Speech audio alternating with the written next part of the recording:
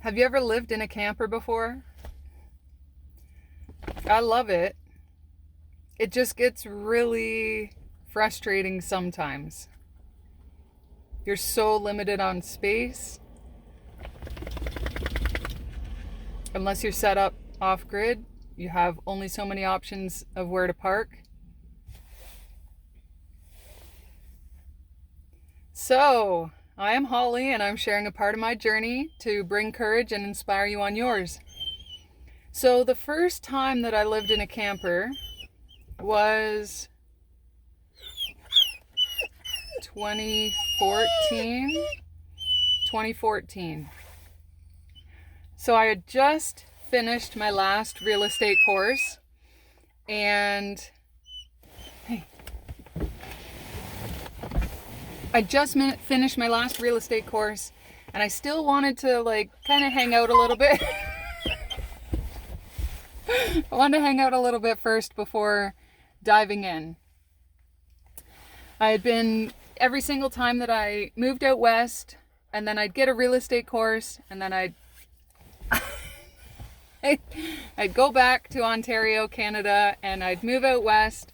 I'd go back to Ontario, and then I'd do another course, and then I'd go back out west. And so I finally finished my last course, and I went down to the Simcoe area to help open a restaurant. And I was living in a camper, and I thought it was amazing. Up on the bluffs, overlooking Lake Erie, up on the bluffs. It was I think 60 to 100 feet over the bluffs. And you'd wake up each morning hearing the loons. Oh, it was beautiful. And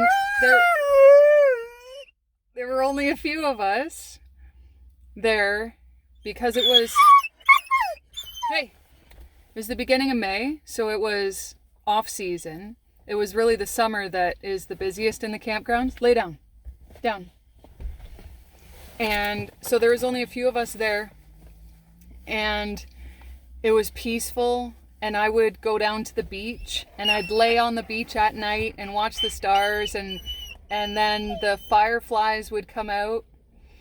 The fireflies would put on such a show at night. And there was a tree in the park that had been struck by lightning twice. The same tree struck by lightning twice. Not when I was there. But you get some pretty good storms coming in over the lake.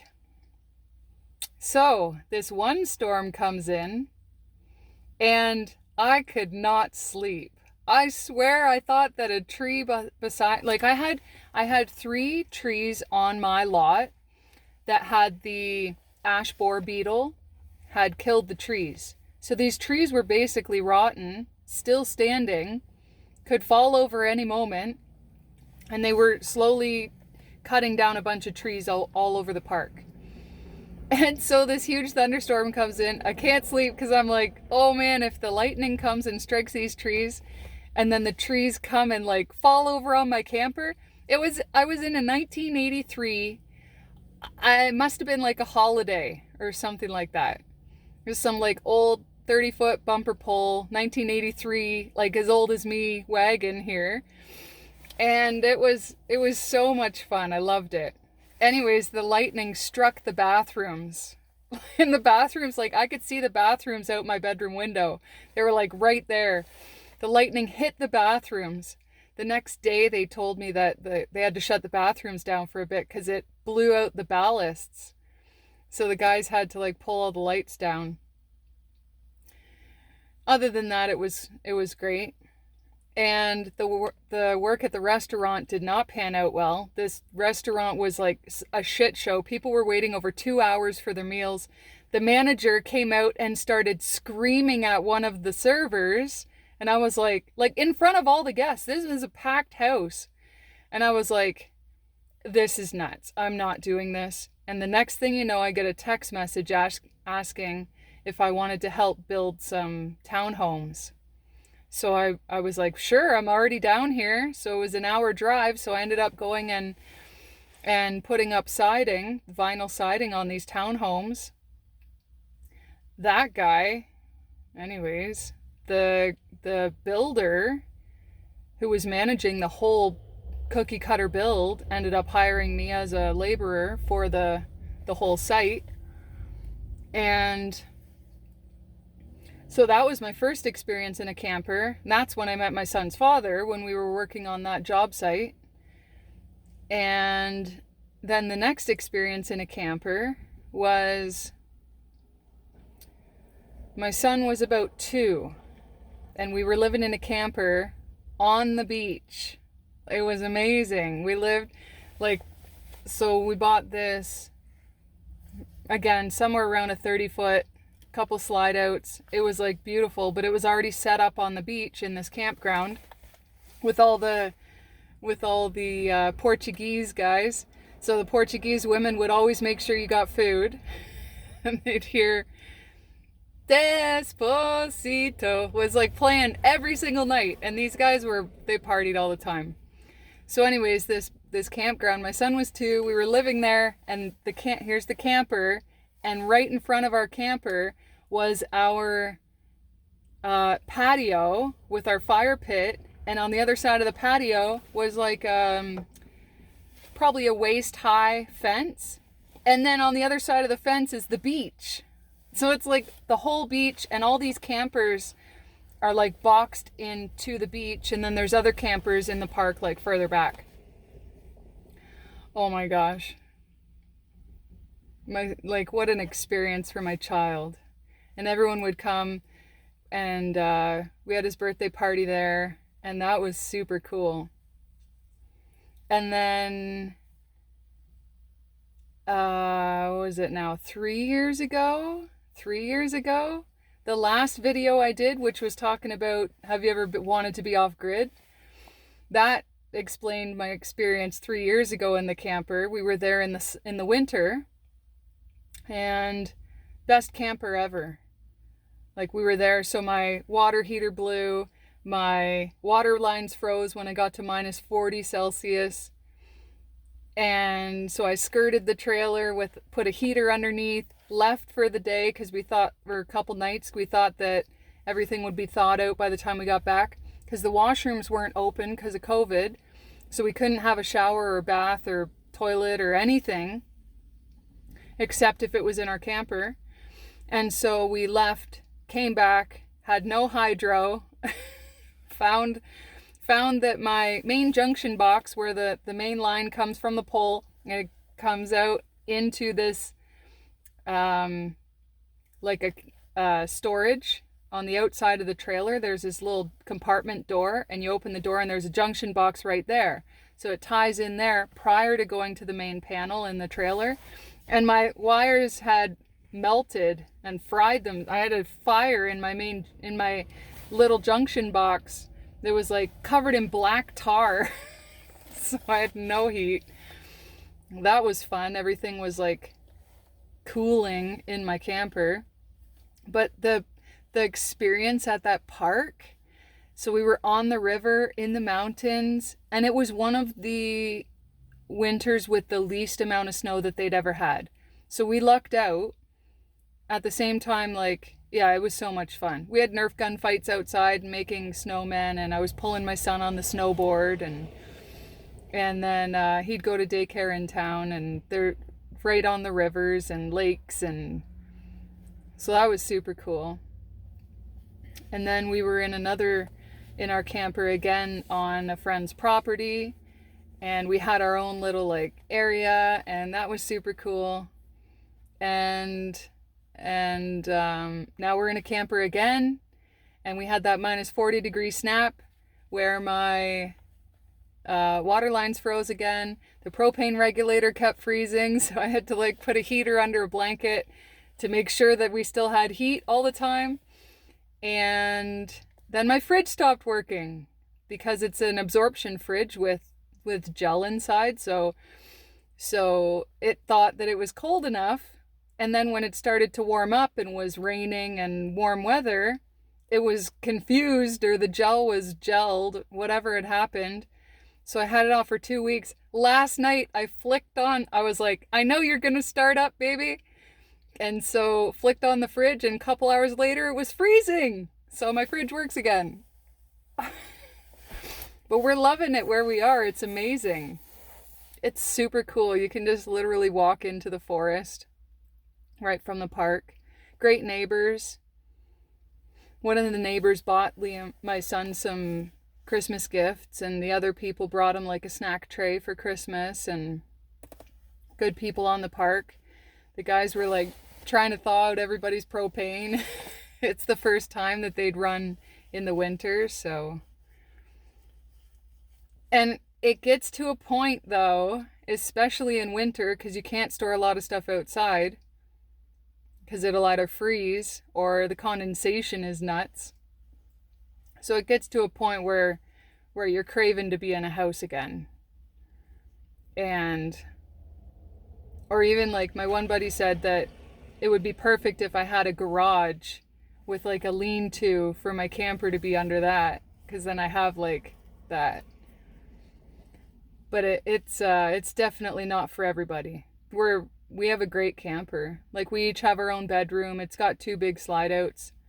It's an awesome camper. It's just frustrating trying to have an office and trying to have a playroom, and in reality it's like all just one big room. So it's not for everybody. It is great off and on, and maybe as like a vacation spot. And we are definitely excited to get back into a house.